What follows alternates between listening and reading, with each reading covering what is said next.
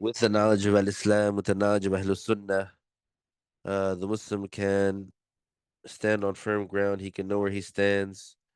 He can know, he can be sure that he's doing his acts of worship in a valid way. He can be sure that he is correcting his intention. He can be sure that he is doing the acts of worship properly, so that he gets reward. And that, having that ability and having that knowledge is something that is priceless. And Alhamdulillah, that knowledge, it cannot be, there is no gatekeeping that knowledge. And Alhamdulillah, no one can, uh,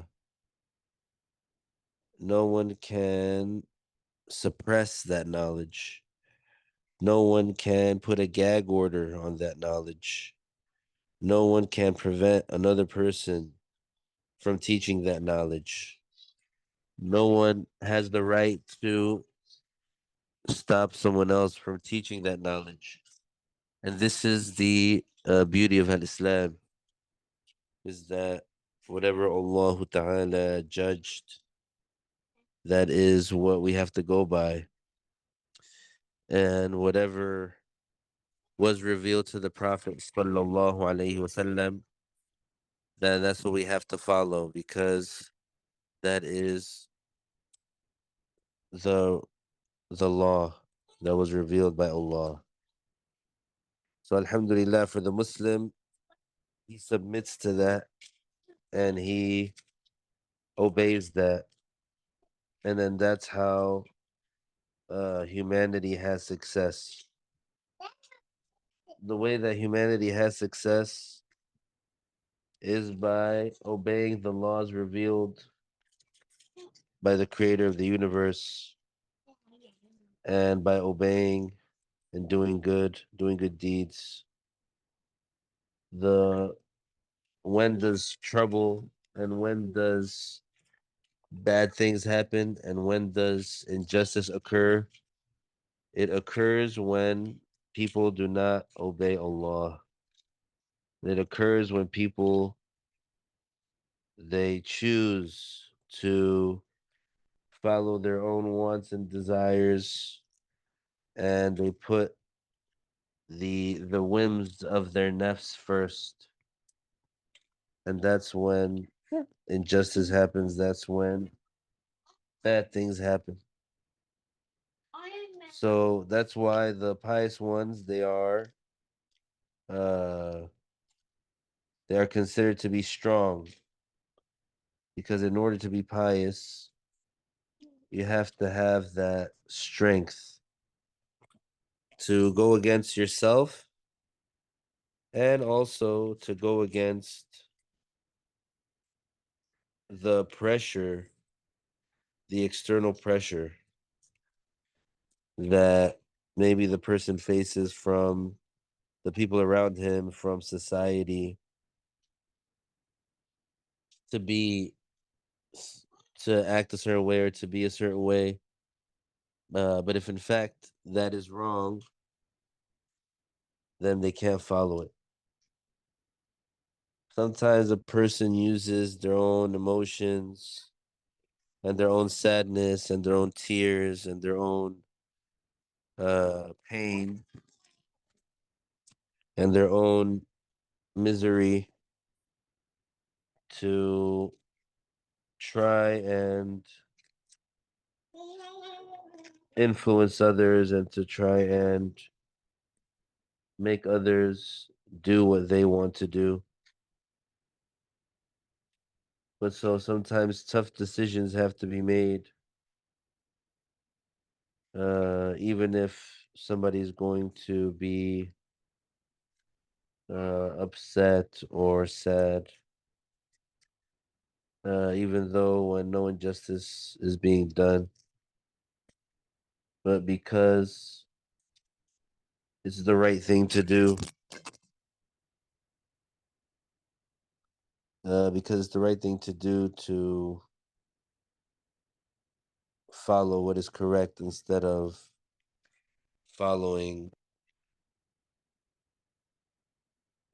feelings. So always keep that in mind as a Muslim living in this world. Don't say, oh, what are people going to say about me if I pray here? Or, oh, people are going to look at me if I wear the turban or if I wear the qalensua. Or, oh, what are people are going to look at me if uh, I wear a thobe. No, let's not think that way. Oh, if a non-Muslim asks me to do something for him to buy him to buy him food, let's say, and he wants, like, pepperoni pizza. I don't want him to be, upset that I'm saying no because it has pork. No, we don't think that way. Rather, we say, hey, you want some pizza? The person says, yeah, I would like a large pepperoni pizza. Tell him, oh, sorry, or not sorry. Don't say sorry. Just say, um, I can't get that, or we're not gonna get that, or no pepperoni. And then they'll be like, oh, why is that? And then you tell them, because pepperoni is pork and it's forbidden, etc. So it's a teaching moment, it's a teaching opportunity. Don't compromise yourself. Don't do something forbidden because of a creation. That's the that's a main rule to go by. Uh Always remember that rule. Don't compromise yourself. Don't commit a sin. Don't do something forbidden because of a creation. And that applies to many things. It applies to relationships with people, with parents, with friends, with uh, acquaintances, with people at work, people at school. Don't commit a sin for a creation. And also that applies to you. It applies to yourself as well. Because you're a creation too. So don't commit a sin because of something that you want. Don't commit a sin because of something that you have in your heart. Don't commit a sin because of a strong desire, because it's not worth it.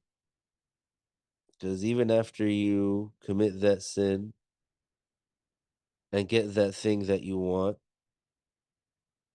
it doesn't it doesn't stay. The reason or the thing that you were trying to get and trying to achieve, it doesn't remain.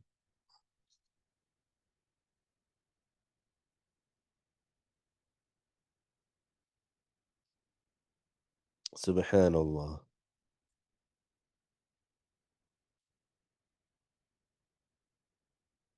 So we talked about last time about eating repulsive things, and we started talking about the case of the Meta, and we went into some details, and we gave the definition of Meta, which is an animal, an edible animal that has been killed or that has died in a way other than what is considered to be the Islamic slaughtering.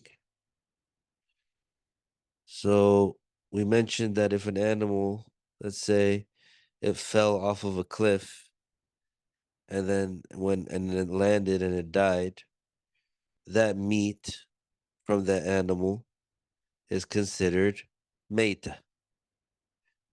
So the meita, the meat, the unslaughtered meat, it is haram and forbidden to consume. It is haram and forbidden to consume. And it is an enormous sin to consume it. And it is judged as filthy. So the meat of an animal that has not been slaughtered is forbidden to eat, and it is filthy. So the the meta the meta is forbidden to eat and it's filthy. So remember that judgment, that is forbidden and that it's filthy for the meta. And then we talked about another kind of meat. We talked about a meat that is called suspicious meat. And this meat, we called it mashkukun fihi. This meat is a meat that we're not sure. It's unclear to us if that was slaughtered meat or not. So basically, this doubted, this suspicious meat, we are not sure if it's meta or not. So we don't know. Was this meat slaughtered or was it not slaughtered? Was that meat, has that meat gone through the proper Islamic process where it's halal for us to eat or not?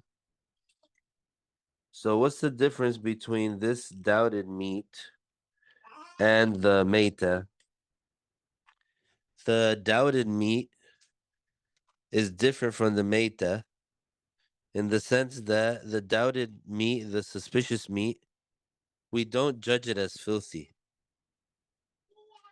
So if the suspicious meat, if it touches, um, if the suspicious meat touches something, we don't judge that that thing that it touched is filthy because it's we don't know if it's filthy or not. But still, the suspicious meat is forbidden to consume. It is forbidden to consume. It is, and it is an enormous sin. So this is a very important distinction to make because many Muslims or many people that identify as Muslims, they don't quite understand this concept.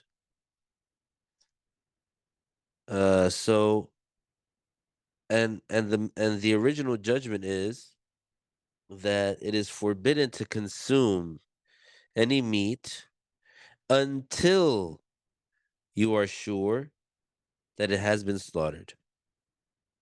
So this whatever meat, okay?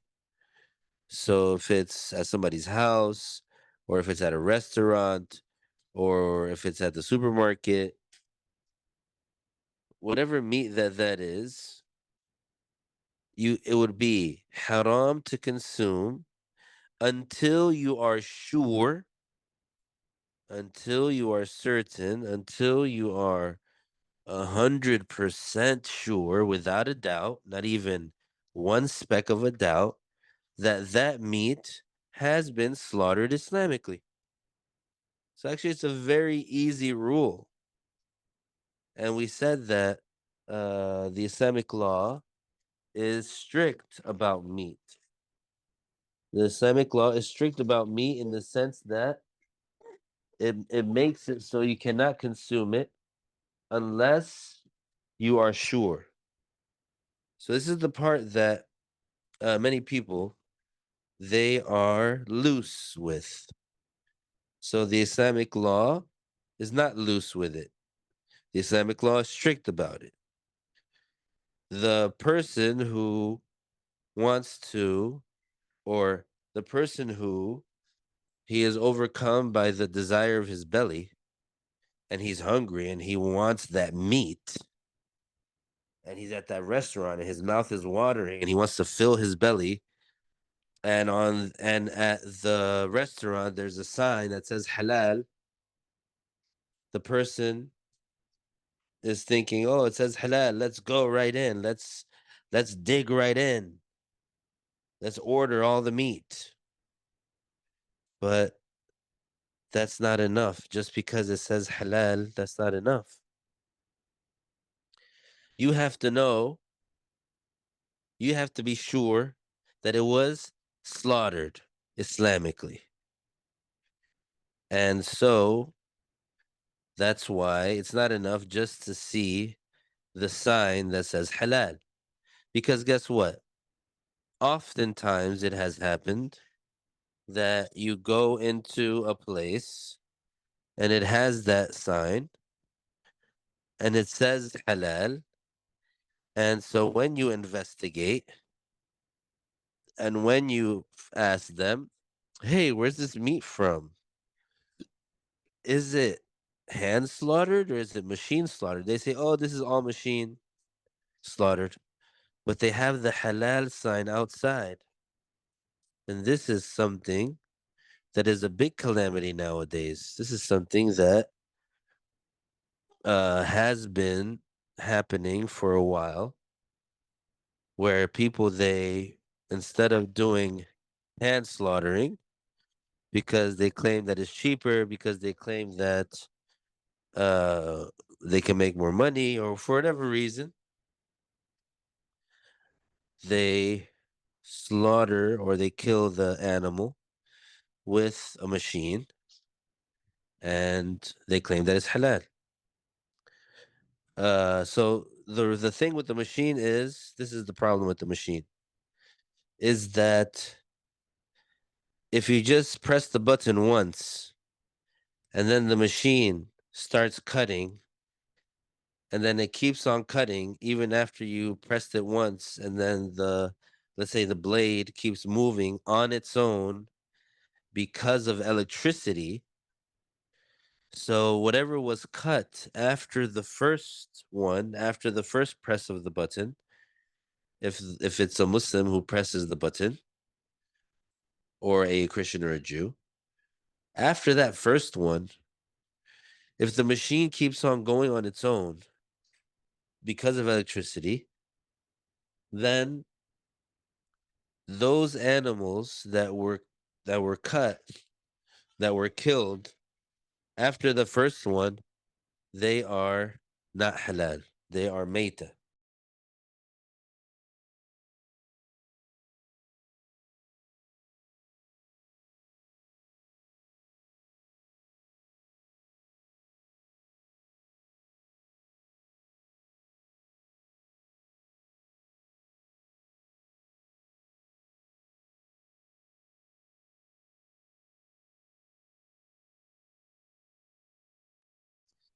So that's the problem, is that after the first cut, all the animals that are killed uh because of the machine um going on its own, because of the machine running on its own, because of the electricity, that those animals are not halal.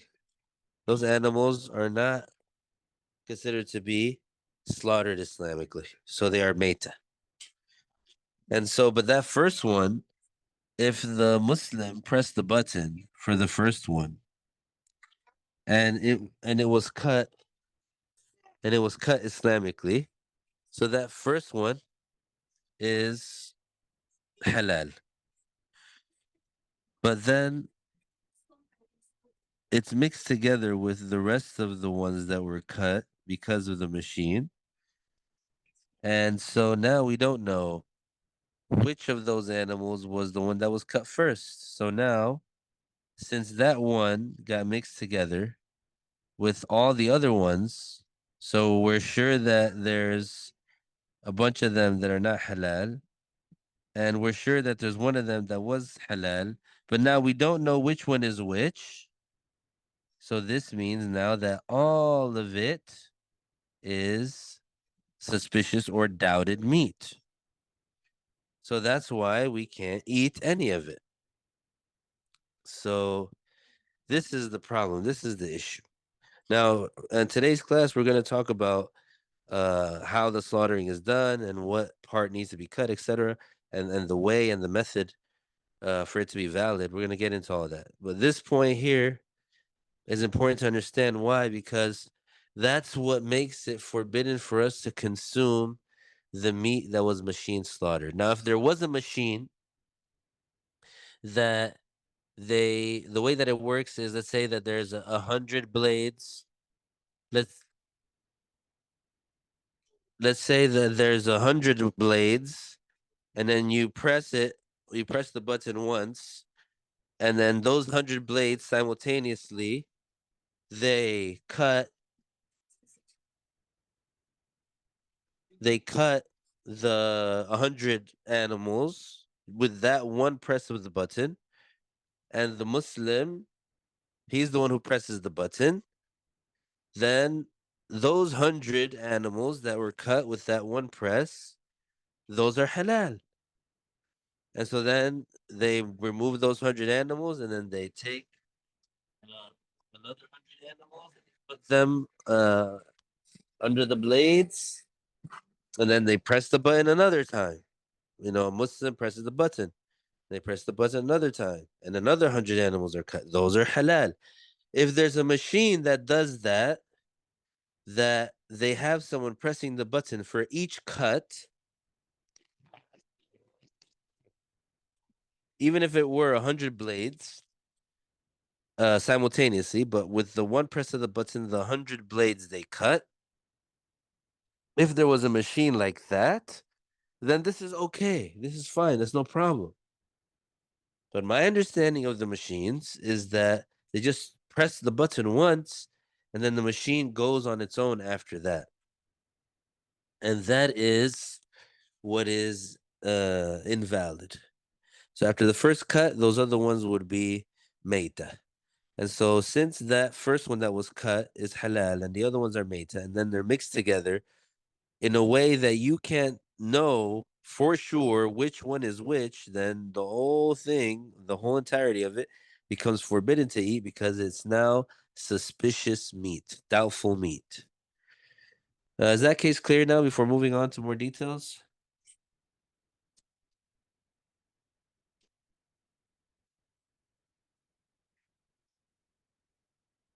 Naam, alhamdulillah. طيب, so there's a question here. What if parents use emotions and their own misery to demotivate you from attending classes? So when it comes, and this is and when we get to the sins of the body, when we talk about disobeying the Muslim parents, we'll go into more detail. But generally speaking, if we're talking about Muslim parents, okay, because this only applies to Muslim parents. So, and when we say Muslim parents, we mean like actually Islamically they're considered Muslim, not that they just identify as Muslim. So if you have Muslim parents that are actually Muslim, and they order you to do something forbidden, then you don't have to listen to them. Then they can cry all they want. They can throw a tantrum. They can bang their head against the wall. They can, have a stroke and faint and roll on the ground and tell you that they're going to disown you and tell you that they're never going to speak to you again. And it's not going to have any effect. And you won't get any sin. And you should not get manipulated by that. If it's the case that they are ordering you to do something forbidden, okay? Because remember the rule that we said is you cannot uh the rule is you cannot disobey Allah because of a creation. So if a creation orders you to do something bad, then you disobey the creation. You don't disobey the creator. That's for when someone orders you to do something forbidden. when your Muslim parent, when your Muslim parent orders you to do something that is not forbidden, okay?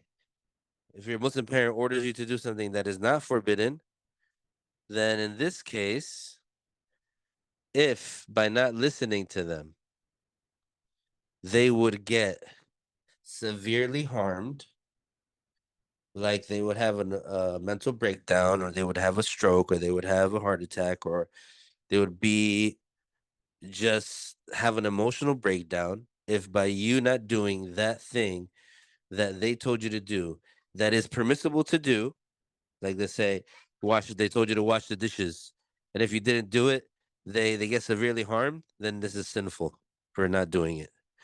If they told you to clean your room and they get severely harmed by you not doing it, this is you get a sin for that. So if you are attending a class that is obligatory knowledge, or a communal obligation that is not uh that is not being fulfilled, then in that case you can not listen to them.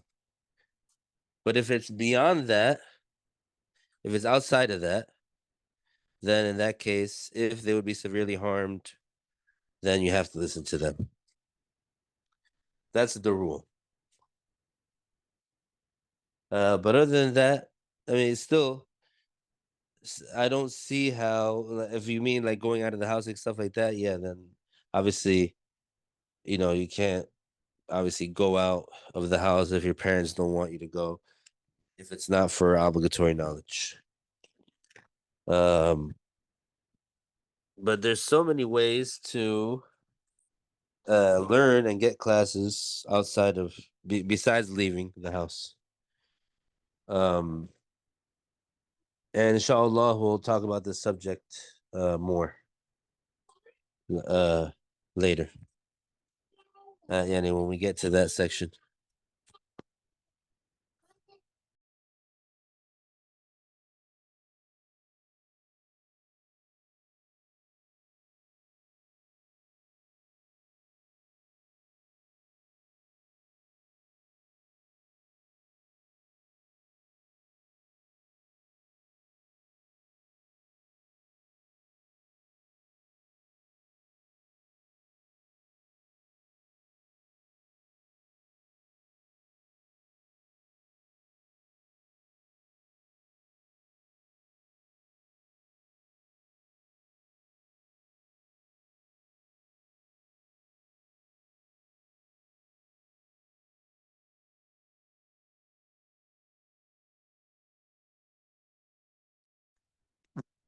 Okay, so now, okay, here we go. It says we know chickens are hand slaughtered, but we don't know the people have right beliefs or not. In this case, can one consume the meat? And then you have to know that they're Muslim or a Jew or a Christian. So, and you go by that.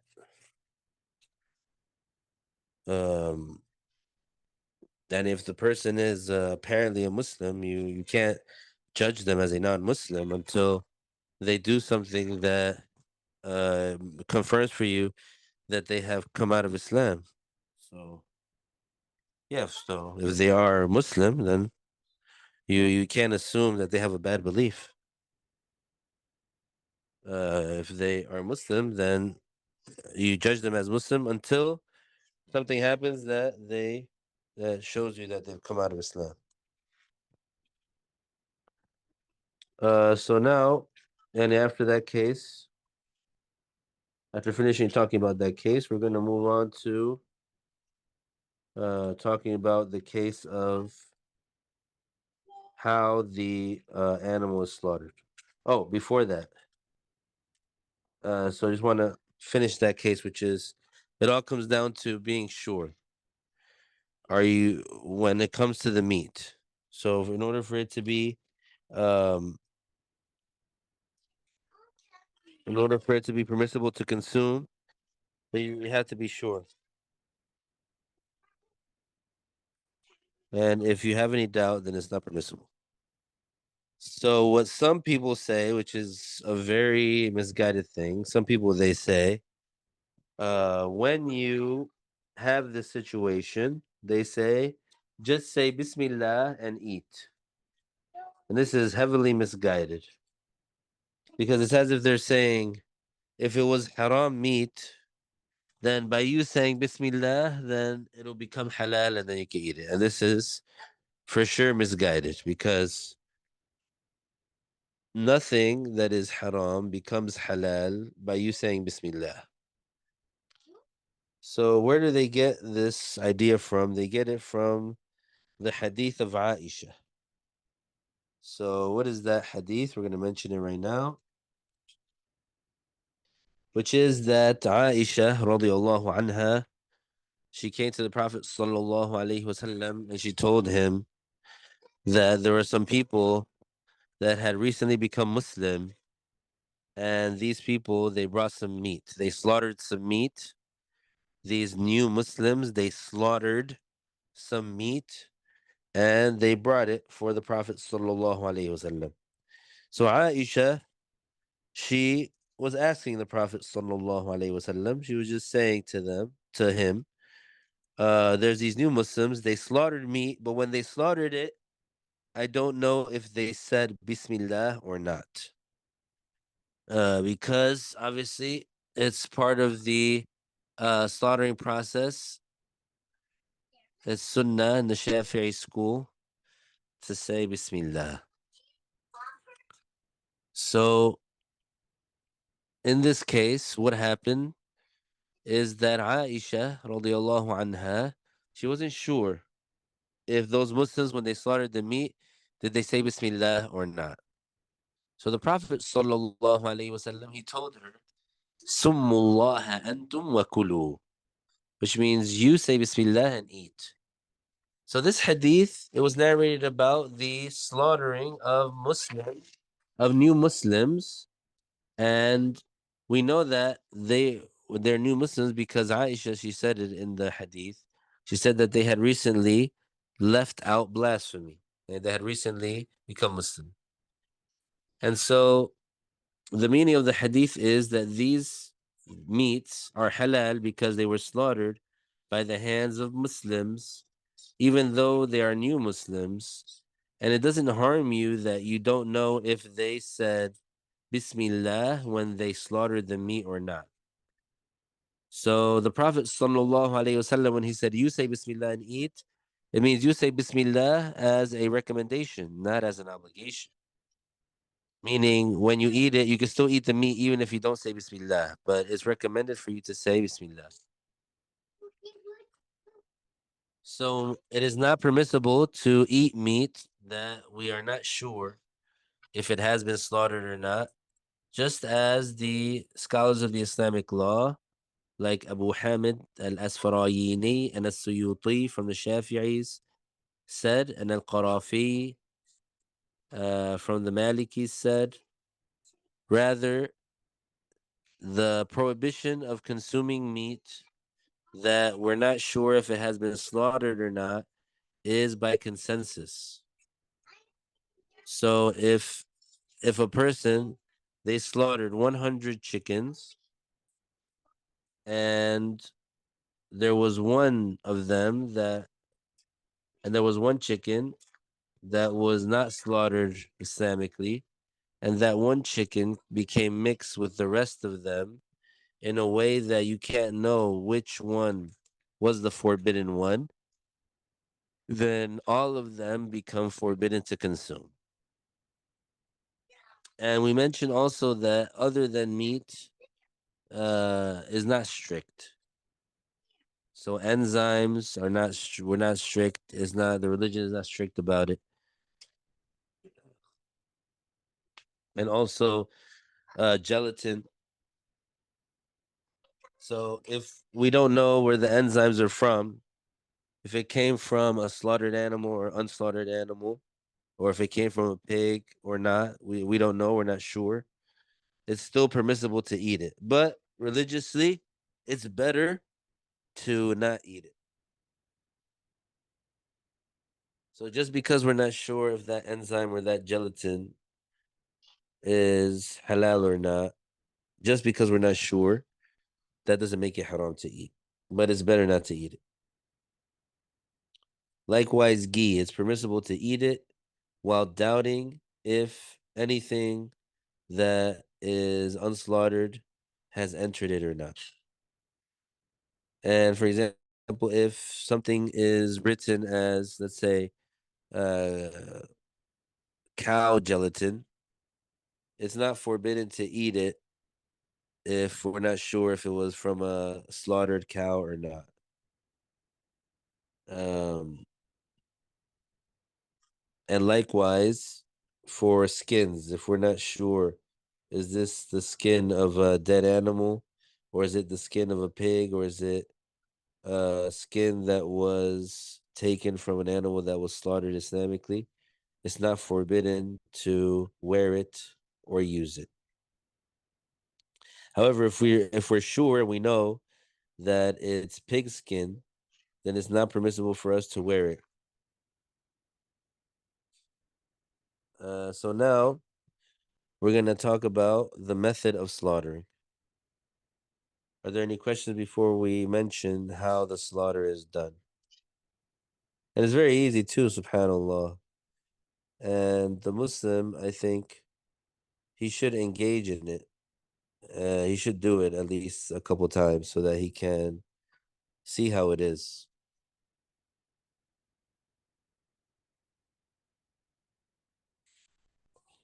All right, so how is the animal slaughtered, or what is the Islamic way of slaughtering an animal? It's very easy, very simple. So this animal that we want to eat, either we are able to dominate the animal, yani we're able to control it and lie it down and get a knife and use a knife, or it's wild. Like for example, a deer running through the woods. So if the deer's running through the woods, how can you slaughter it? Or if you have, let's say, a sheep that is inside of a barn or inside of a farm, that's different than the deer running through the woods. Because the sheep that is in your backyard, let's say, you can just grab it, you can take it, you can lie it down, you can slaughter it. But the deer that's running through the woods, how are you going to catch it? So the scholar said the slaughtering happens for the animal that you're not able to catch by one of two things. Either by capturing it and then slaughtering it, or by throwing something at it that has a sharp, that is sharp. By throwing something at it that is sharp. And so it would kill it because of its sharpness. Uh, so if he throws an arrow or other than that, like a spear, and he kills the prey, uh, if he throws a spear or an arrow and he kills the prey, then it's halal. If he throws something else other than arrow and other than a spear that kills the animal with its weight, then it's not halal. And also, if he kills the animal with another hunting animal, like a leopard or a cheetah, he sends a cheetah to go hunt, and it has to be those animals that are used for hunting. The other animals, they have to have certain conditions. They have to be trained a certain way, and also dogs can be used. Um, Even in the Shafi school, dogs can be used. In the Shafi school, they say the places where the dog bit the prey, they have to be removed.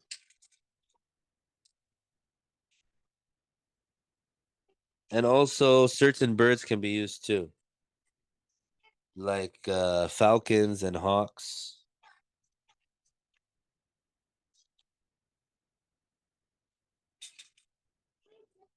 So the conditions for using these animals are four.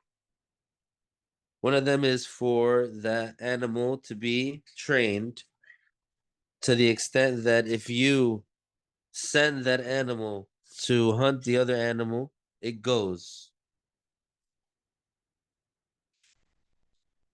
And the second condition is if that animal is told to stop and deterred, and it's, for example, commanded to stop, then the animal stops. The third condition is that the hunting animal, that when it kills the prey, it doesn't eat anything from it. And the fourth is that this happens repeatedly. And it happens, is consistent, that he sends the animal and it goes. And then he stops the animal and it stops. And then when the animal catches it, the prey, it doesn't eat anything. This happens consistently. So now this is considered that the animal is trained. And so when you use it to hunt another animal, what that animal catches is halal to eat it.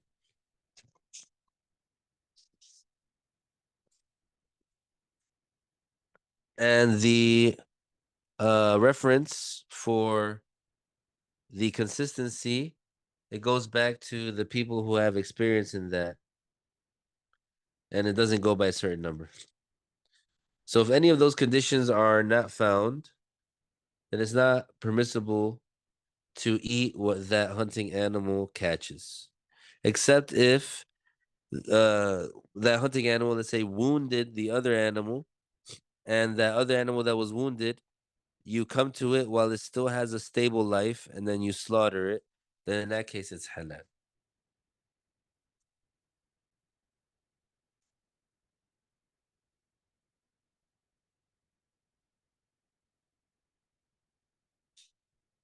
So let's say that the person has one of these trained hunting dogs, and so he sends out the trained hunting dog, and then that dog scratches the prey or bites it and then leaves it, and then that prey, is wounded and is dying and it doesn't have a stable life, or it is wounded and it does have a stable life, but there's not enough time for the person to go to it and slaughter it until it dies, then it's halal to eat it. And if a fire worshiper or uh someone other than a Christian or a Jew, if they participate with the Muslim in sending the hunting animal, or they send their own other animal and it kills the prey, then this is not halal to consume. And if the hunting animal kills the prey with its weight, then there's two sayings about it.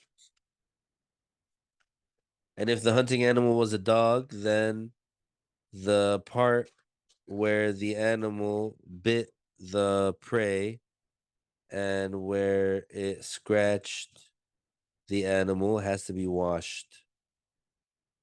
And it was said that it's overlooked. So that's in the Shaafi school. And if he's hunting a bird and he hits the bird with an arrow and the bird falls into the water, or it falls on a mountain and then it falls off the cliff and then dies, it's not halal to eat, except if the arrow struck the neck of the bird and slaughtered it, or struck its heart. And so it took out the insides of the animal. And if the hunter, if he hits the prey and wounds the prey and did not kill it, and then it disappears, and then he finds it dead, it's halal to eat according to one of the two sayings.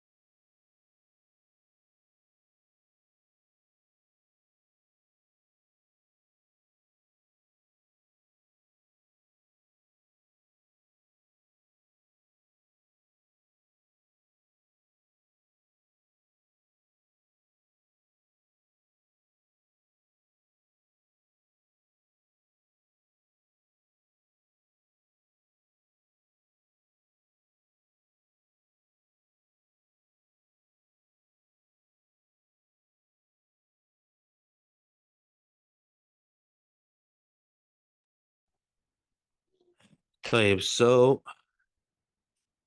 um the case of if the animal disappears and then he finds it dead, we're gonna repeat it. So if the hunter, he wounds the prey and it was a wound that doesn't kill it, and then the animal disappears, and then he finds it later dead, then it's halal to eat according to one of the two sayings, and it's not permissible to eat according to the other saying. And if he sends an arrow or a dog to a prey and he kills other than that prey, it's halal. And if he sends him to get other than let's say a prey, and he then ends up killing a prey, then it's not halal to eat. Because in that case, he didn't send him to kill an animal to eat. He sent him to kill something else. And but instead of killing that thing, he killed something that is a prey. In that case, it's not halal because it's as if he didn't slaughter it himself. And it is said that it's halal if it was shot with an arrow and not an animal that was used. So for example, if he shoots something that he thought was a rock, and then it turns out that it was a prey, and so he killed it, then it would be halal for him to eat it. And if he sent a dog, yeah, to that thing that he thought was a rock, and then that dog, let's say, and it turned out to be a prey, and it killed it, and it was said that it's halal, and it was said that it's not halal to eat that.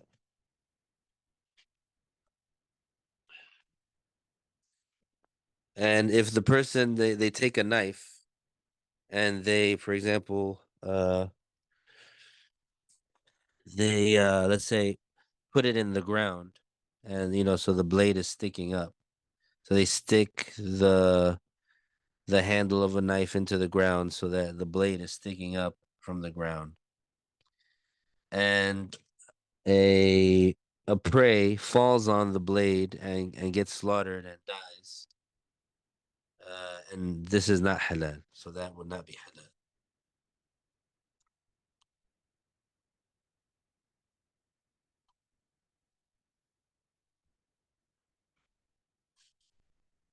So those are important details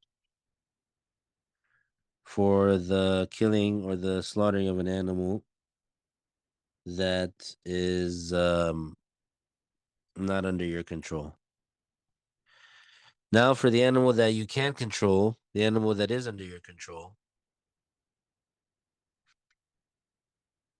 the way that you slaughter it is by cutting the airway, any the air pipe, the wind pipe, and the food pipe.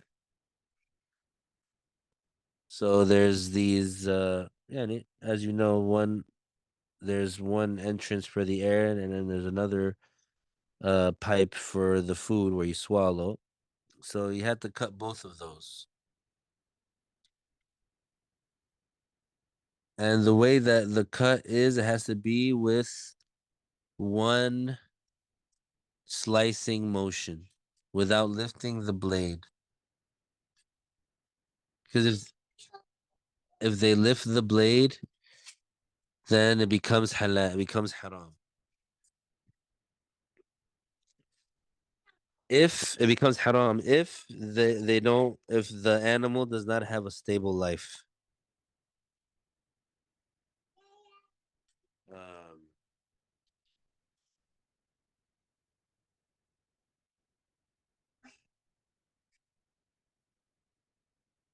so for example, if the person he cut a part of the windpipe and the food pipe, and then he lifted his hand, and then he waited until the stable life went away, and then he put the knife back and he kept cutting, then this is not halal. And because the animal didn't die by the food and the windpipe being cut, because the whole thing has to be cut. The whole food and windpipe has to be cut for it to be halal.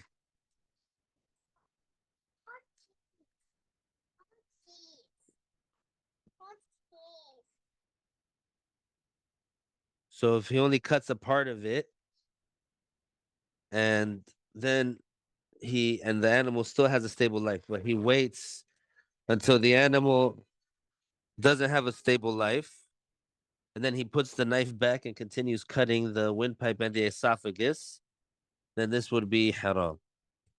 So basically, what it means is that he has to cut the whole thing um, with one cut.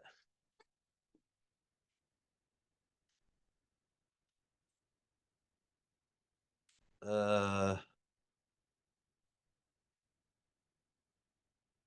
so let's say if the person is cutting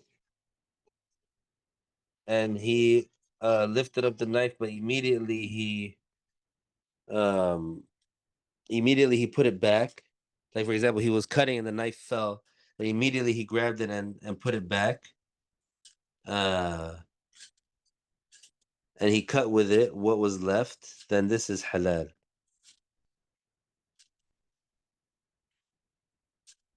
And whenever there is anything left of the windpipe or the food pipe that wasn't cut, then this animal is not halal to eat. And if the person wants to do the most perfect way of slaughtering, on top of cutting the food pipe and the windpipe, he would also make sure to cut the jugular veins, which are two veins that are on the side of the neck that are encompassing the windpipe or the food pipe.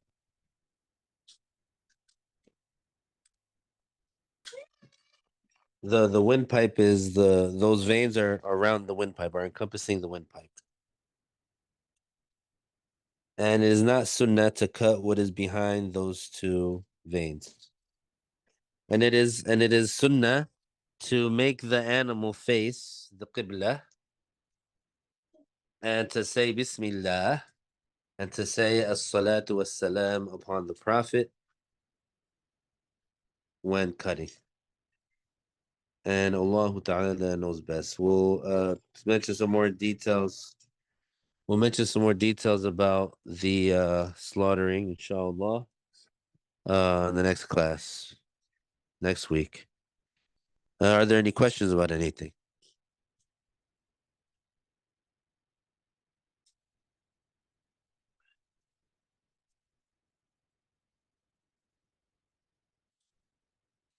When you say hunting trap, like for example, like you said, like we said, they put like a knife in place and then the animal gets cut on it. Yeah, that would not be permissible.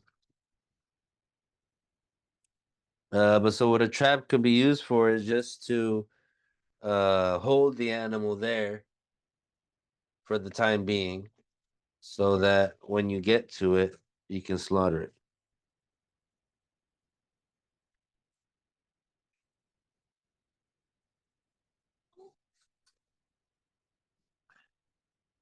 طيب وفيكم نهلل لا إله إلا الله اللهم صل على سيدنا محمد وعلى آله وصحبه وسلم ربي اغفر لي وللمؤمنين والمؤمنات بارك الله فيكم. A tranquilizer to put it to sleep. So as the thing with the slaughtering is that as long as the animal has a stable life, yani what it means is that if you let's say leave it alone, it'll let's say get back up and start walking and like continue living its life. Then this is what's considered to be a stable life. So if you just put it to sleep, if you for example shoot it with a dart and then it goes to sleep, but after some time, let's say it would wake up and then it would continue living, then this is okay. So you just have to make sure that the amount that you use the to sedate the animal is an amount that is not like it's not gonna kill the animal. So I'm sure there's a way to gauge that. But so yeah, so you can sedate the animal so it's like drowsy or so it's like moving slow, then you grab it and you slaughter it. That would be halal, yes. ماشي. Don't forget to make dua when you break your fast, because the dua is accepted. And don't forget me in your dua as well. Assalamu alaikum.